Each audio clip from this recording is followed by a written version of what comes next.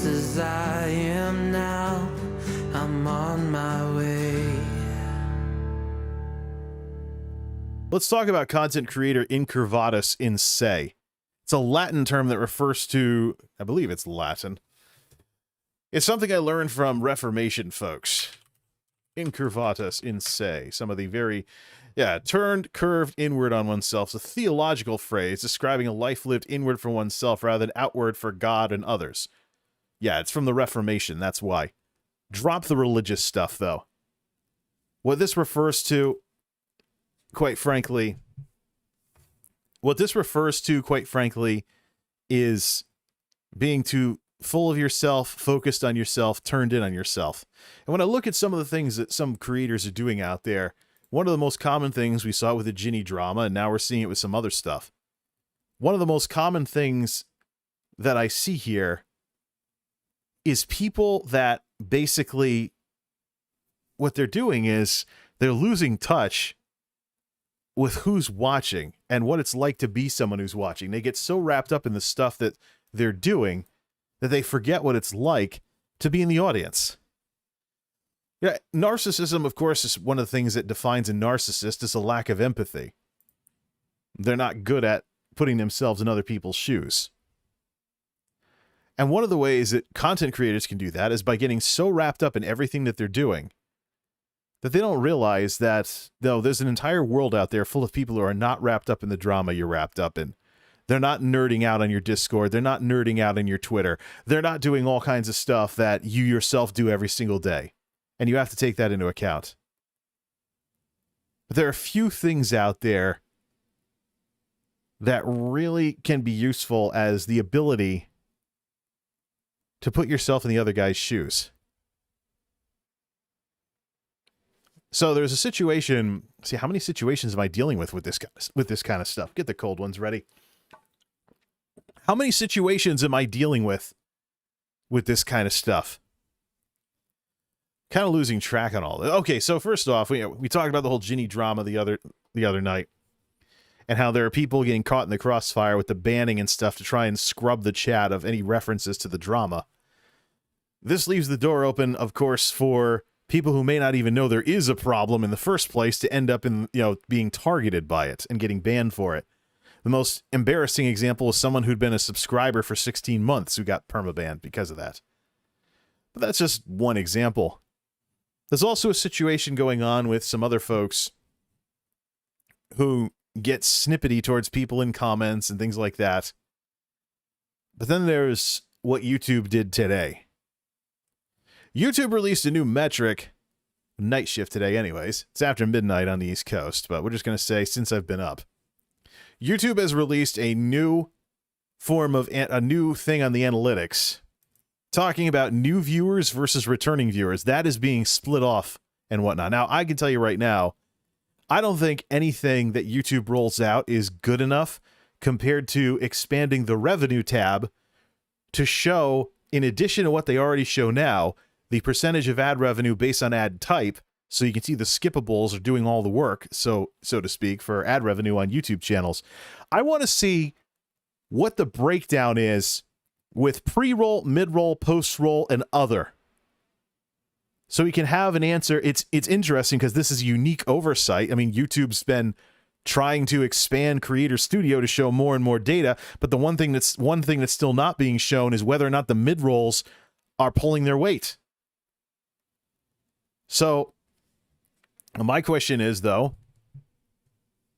if you know anything about accounting, not everything can have a line item. There's something called goodwill. People have tried to calculate goodwill, but the idea of goodwill is this idea that sometimes you just can't put a price on what it means to be a good, responsible citizen in your community as a company. Whether you're doing charity drives or selling stuff to folks locally at a discount or whatever, sometimes, just getting people to like what it is that you do has some value to it. And in the case of what's going on with YouTube and the whole thing with advertising, I mean, we all know at this point that YouTube has been ramping up the advertising. I used to be able to brag about, if you watch stuff on the internet, you have one 30-second commercial and that's it, as opposed to what television sunk to. That used to be a fun thing. But at the very same time, you have a situation nowadays where I'm starting to wonder if there are more mid-rolls in your average pack of mid-rolls than there is on television. And there is one way in which I know that YouTube is worse than television, and that is the hijack ads. Somebody else's YouTube videos that they paid to send through the advertising circuit. And so you're watching a video, maybe it's a 15-minute video about topic A, a so-called ad plays. A so-called ad plays,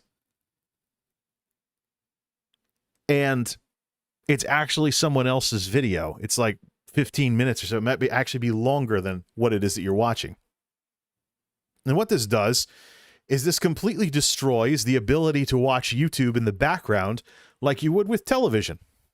Now, you could have some TV, some background noise in your house, and you're going around doing your things. You're like listening to some show you like. And maybe it sounds like something big's going on the screen. You walk back over and see what's going on. You can't do that with YouTube, because invariably, if you have ads in any way, you're going to eventually get someone else's video, and it's going to drone on, sometimes with crappy show flow, and it's going to completely hijack your viewing experience. So it's just going to go on and on and on and on and on. And you're going to be so annoyed walking back over to click the skip button. So there is something right now that you can't do with YouTube that you can do with television. Doesn't mean with television, okay, 5 minutes of ads in a 30-minute and a half-hour show. Whoop-dee-doo. It's a commercial break.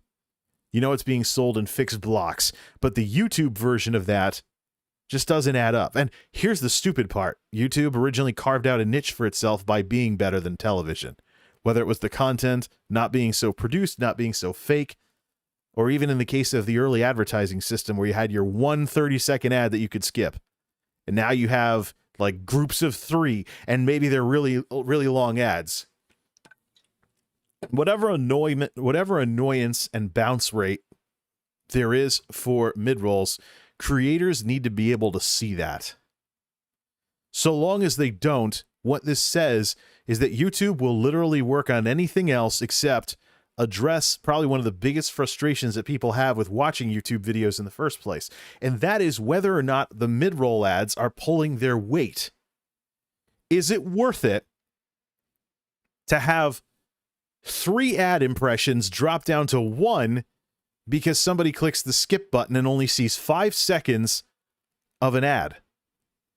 How much, is that really working out so well to put the goodwill of people watching YouTube videos on the line because of the way the mid-rolls work? I think creators should be able to see that individually by video and be educated enough by their own numbers to turn off mid-rolls on videos where they're just not pulling their weight. If you as a creator believe that you can go without a couple extra pennies of ad revenue if it means a better viewing experience for your audience, you should be able to do that by video in YouTube Studio. You should be able to make informed decisions. And while category after category after category gets expanded on YouTube Studio, and these ideas keep getting peacocked on social media, look at us, we have this great new thing. The ability to see whether or not your mid-rolls are pulling their weight and worth keeping around is uniquely overlooked. I'm sure there's other things too, but I can tell you probably the most pressing question that I'd like to see answered by YouTube Studio is whether or not it's worth it video by video, and what exactly is the cutoff to where we should even bother with mid-rolls in the first place, as opposed to pre and post.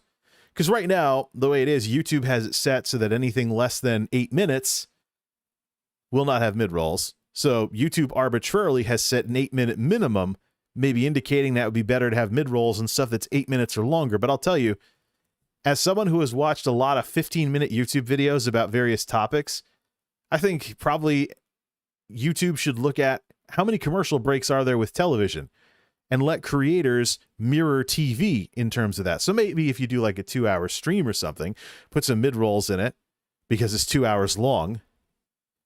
But if you're just doing 15-minute videos, just do pre and post. And people need to be able to see the numbers that tell them whether or not that move is worth it.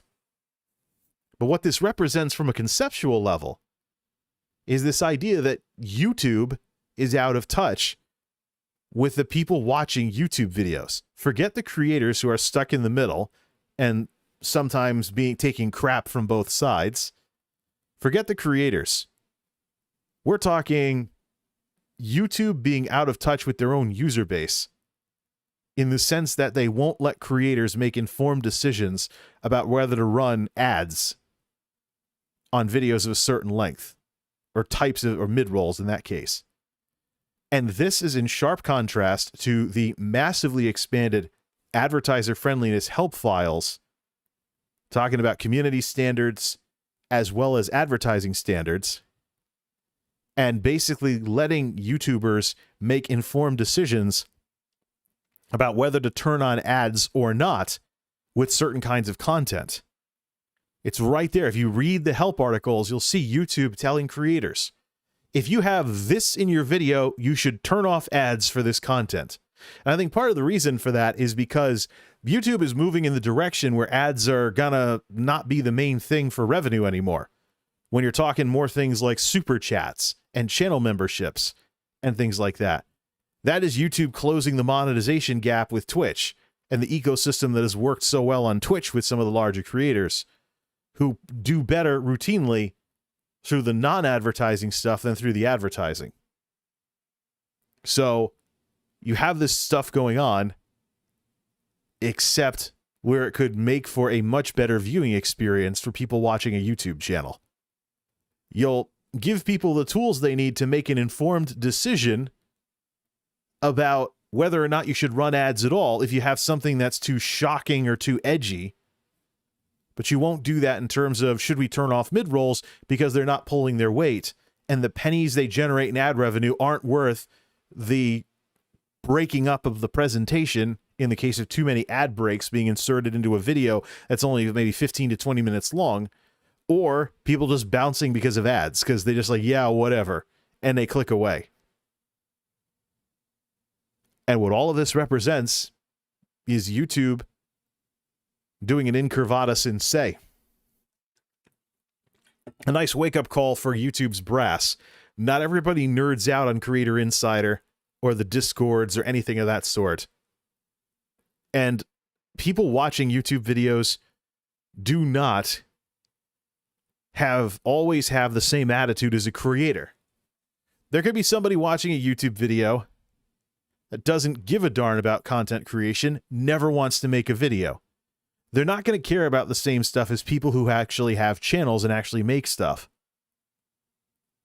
But what we have here is classic Incurvatus In Se with the way that YouTube is handling these feature releases. There's a very important issue being overlooked in favor of bragging about a bunch of other stuff.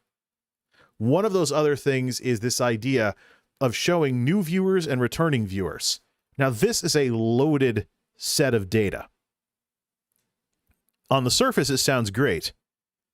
You can start looking at, well, how many people are watching for the first time and how many people came back from watching me before?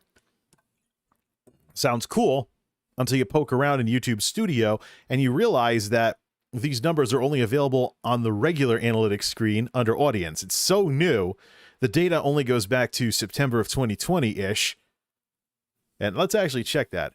Has YouTube spent some time expanding the data source for these new metrics they're rolling out and saying, oh yeah, hey gamers, we can da-da-da. Let's go to anything actually. Bookmarks. Let's go to Creator Studio directly because this is on the Basics tab. Let's go to Analytics. Under the Audience tab.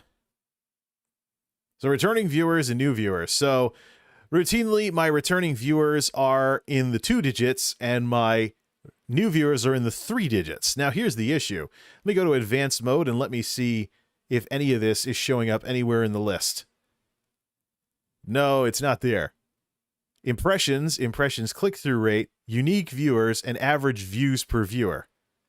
That's it. So it's not in the advanced tab yet. So it's only in the regular analytics, and it only goes back. It only shows your entire channel. Now, this sounds useful, but this is kind of like, oh, we don't need a lifetime. We just need 365 days. So yeah, September 1st, 2020 is when this data starts. September 1st, 2020 is when this data starts. So it doesn't go back very far. The other problem with this is that this shows for your channel. I don't see any way to drill down by video. And this is why this is going to be a loaded set of data that's going to bark people up the wrong tree.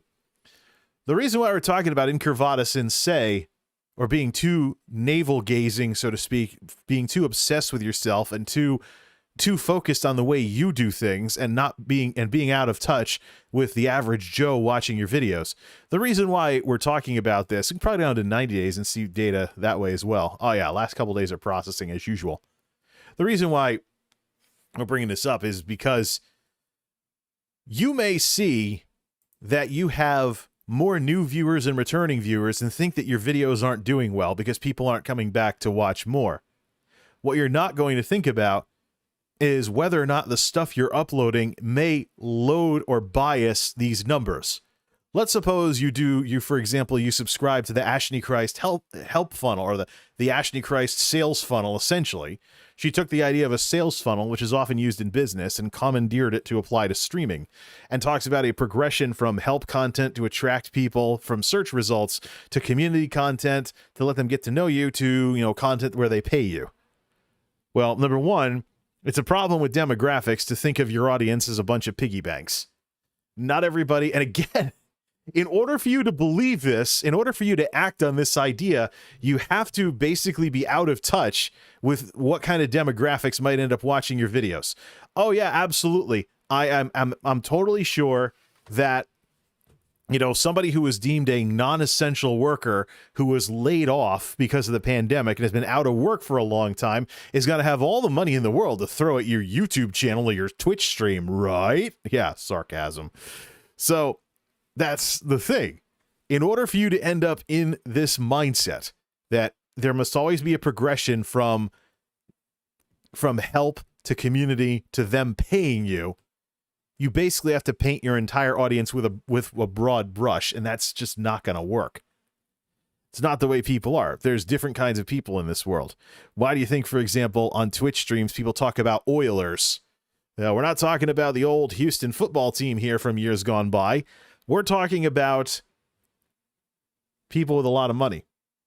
People who come on here and they give big donos, and it makes them happy because they see everybody like, whoa, that person just donoed $10,000 to that streamer. So it's one of those things where it's just one of, and of course there's limits now with certain platforms. I think YouTube has it as well. There's actually limits on certain platforms as to maximum amount you can give to a content creator by day, so people aren't trying to be Oilers and bankrupting themselves in the process. Among other things, I'm sure. But this is the thing with all of this. You got Oilers out there, so therefore, by acknowledging the idea of Oilers, you're acknowledging that people are going to come from different walks of life, and some people are going to have more money than others. So it's unfair to in any way look down on, even if it's by design through your system, the idea that everyone needs to go from help content to community content to them paying you some way. That it's just, you're painting everybody with the same brush, and that's not what you do when you have different types of people that are tuning in. And so in order to think like this, you have to be out of touch with, there could be people from different walks of life that are tuning in. And so as an extension of this idea, if you're talking to me about new viewers versus returning viewers, that is way too simplistic of a viewpoint, because depending on what you upload, you may be more biased towards having new viewers than returning viewers. So let's take, for example, the help content, or the stuff that does well in SEO, the stuff that you upload so that people search for it, find it easily, and get introduced to your channel, not necessarily get to know you. The first step in the whole funnel. Suppose you do something like that. You have videos that answer a question. The people that watch those videos, because it's becoming known out there that you can fix a sink by watching a YouTube video or something. One of the many ways people are using YouTube.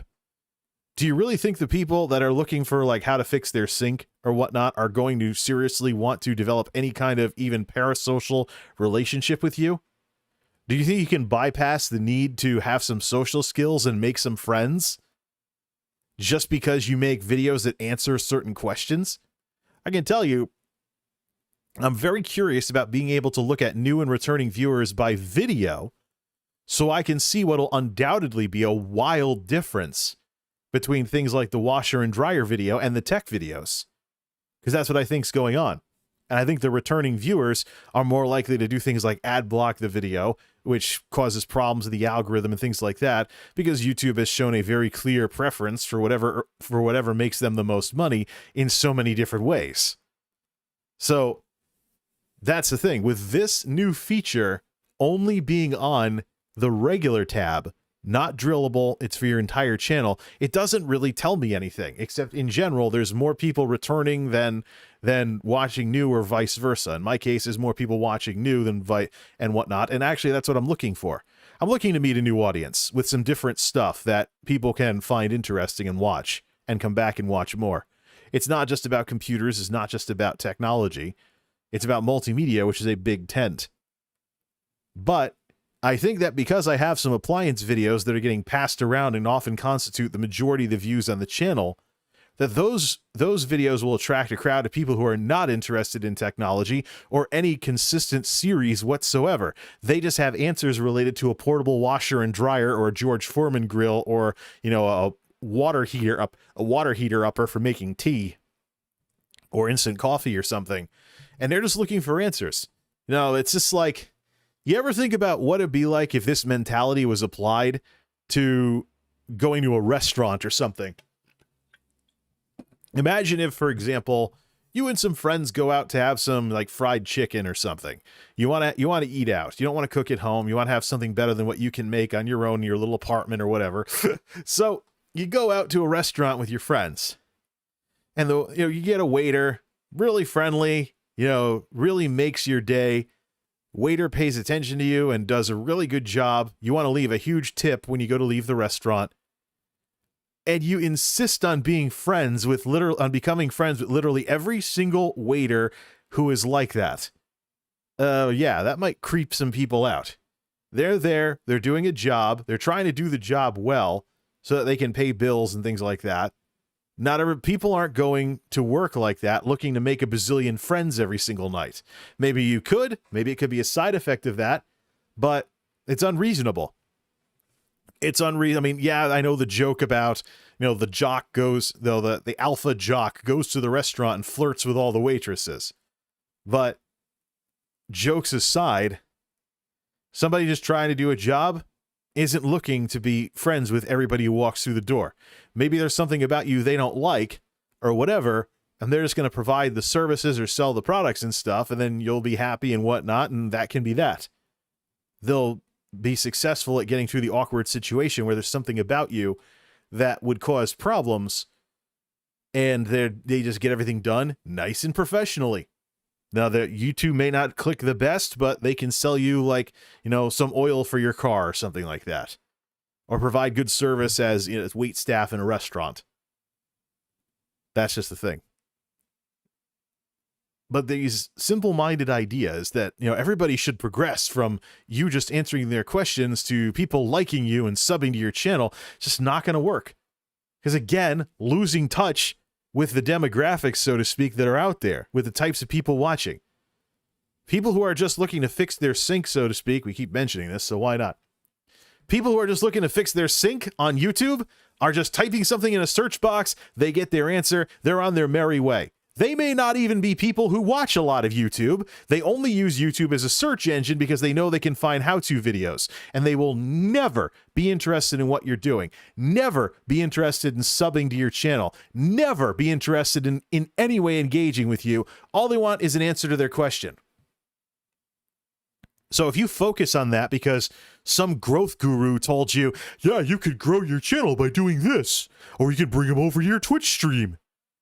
When you end up with more new people than returning people, and you start to wonder if your videos are crap because people aren't coming back, and you fail to understand the possible other explanations for everything, you've lost touch. And that's why I responded with some feedback and said that this is only slightly useful. I want to see it in advanced mode and be able to drill down to individual videos, because I can tell you right now, the appliance videos probably have a less engaged audience, but they're also more likely to not run ad blockers, and so the videos make more money. At the same time, you have the tech video people. There's definitely more ad blockers in that crowd. I've been watching the numbers for years. It may not be the people that are fans enough of what I do to actually say something in chat or leave a comment on a video or watch my videos more than once. These could be fly-by-nights, again, coming in via search results. They want to see someone tinker with an old Dell, or they're binge-watching videos of people tinkering with computers, and they're ad-blocking all of them because I hate ads on YouTube. And YouTube has given people plenty of reasons, most recently, to hate the ads that are on YouTube. So, but despite all of that, and despite the algorithmic issues of it, which YouTube should fix, stop punishing creators, YouTube. Stop punishing creators for stuff that's beyond their control.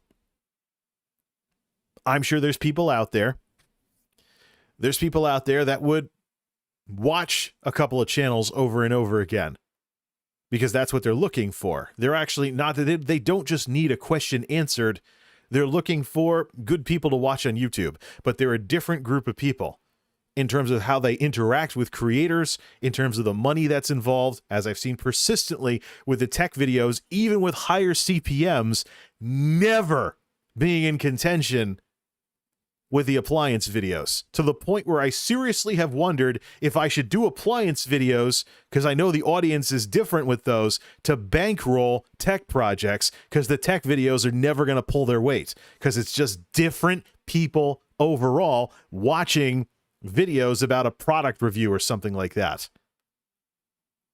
So there might be crossover with the tech folks, but by and large, there's an entire audience of people who aren't as engaged, who don't run as many ad blockers, that could finance some of my tech projects, and it wouldn't matter if I never sent some of that money that they generate back towards the appliance videos, because they don't really care. They just want their answer about some vacuum cleaner I'm using or something, and that's it. They're not interested in really getting involved with the channel or anything. They just look for answers on YouTube, and they find them. This, talking about these different, very divergent groups of people on their own merits and not trying to lump them together, is what it's like when you can actually put yourself in the shoes of the person watching your videos, as opposed to being turned in on yourself, assuming that there's some secret to the whole world, to the way the world works, that will magically give you a huge YouTube channel and full-time YouTube income. Or on Twitch. Tons of concurrence, tons of donos, tons of tier 1 subs, not even the Twitch primes or anything, and the ability to not need a real job. Sometimes this stuff just gets way too simplistic. It's crazy, you know? But that's why I have my skepticism towards this new metric that was released. Team YouTube's bragging about it. The head of YouTube Gaming is bragging about it. I don't think it's useful until it's in the advanced tab and you can drill down by video. And then I could see, for example, what's doing what. But I think what's more important than all of this would be being able to see which videos, the mid-rolls, are actually worth keeping around and dropping them from all the ones that aren't.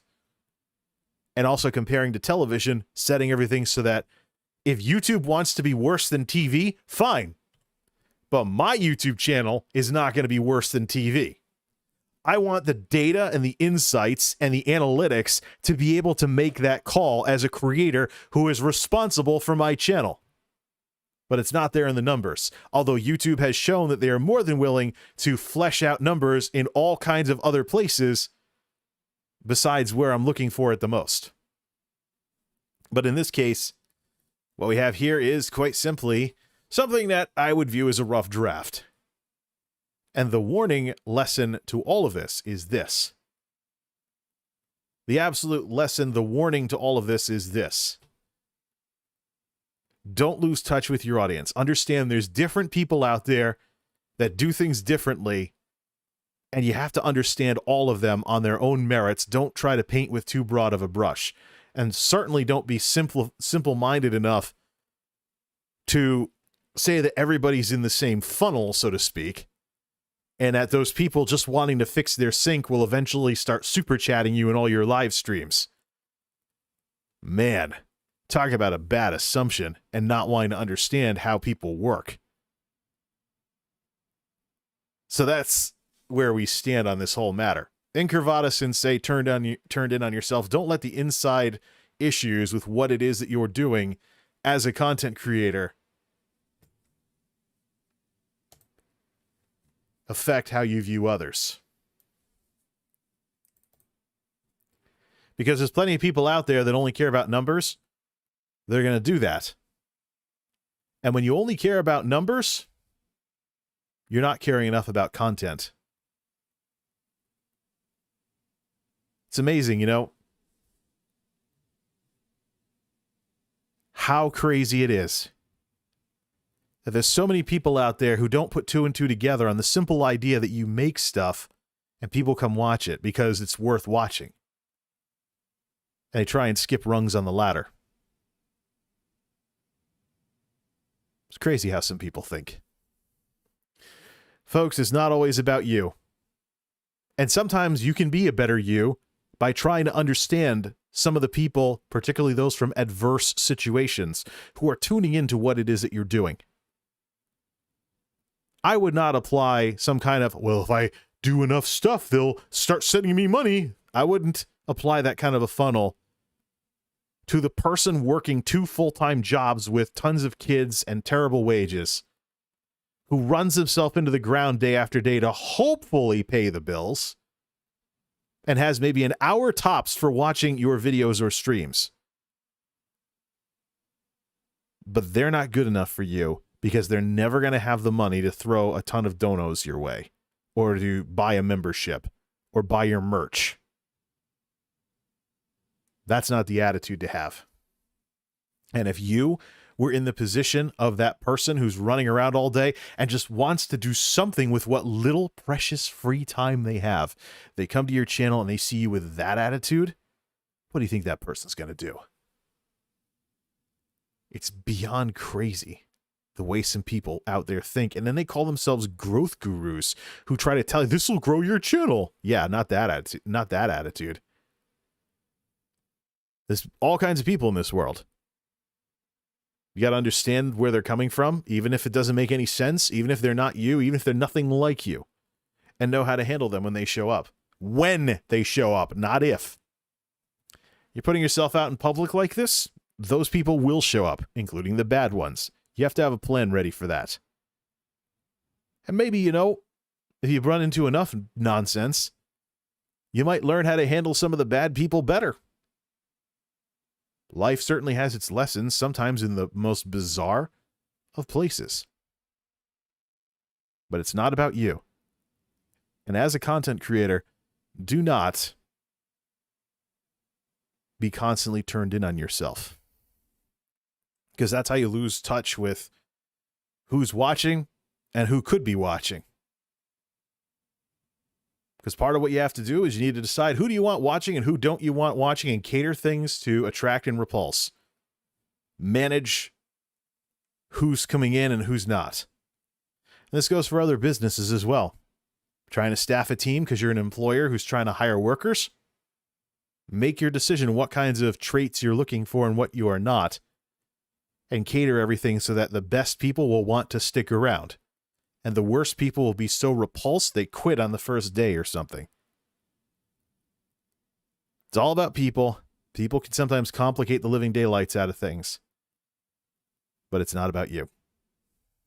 Keep that in mind. Okay, time to do whatever it takes to get tired and go to sleep early because I got some earlier stuff tomorrow. So, might make a spin-off of just this discussion. It certainly veered quite a bit from what the recap was about. So, we'll definitely do that. But no rush. Till next time, this is MultimediaJay signing off. Thanks for stopping by.